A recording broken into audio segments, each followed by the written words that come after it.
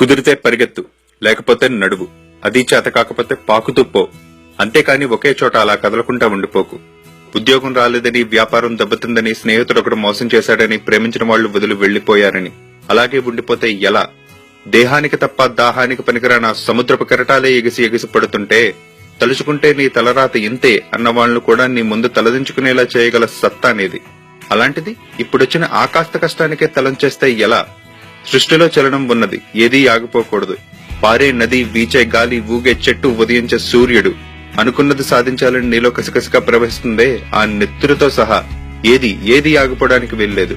లే, బయలుదేరు. నిన్ను కదలనివ్వకుండా చేసిన ఆ మానసిక బాధల సంకెళ్లను తెంచేసుకో. పడ్డ చోటు నుంచే పరుగు మొదలుపెట్టు. నువ్వు పడుకునే పరుపు నిన్ను చెదిరించుకోకముందే బద్ధకాన్ని వదిలేయి. నీ అద్దం నిన్ను ప్రశ్నించకముందే సమాధానం వెతుక్కో.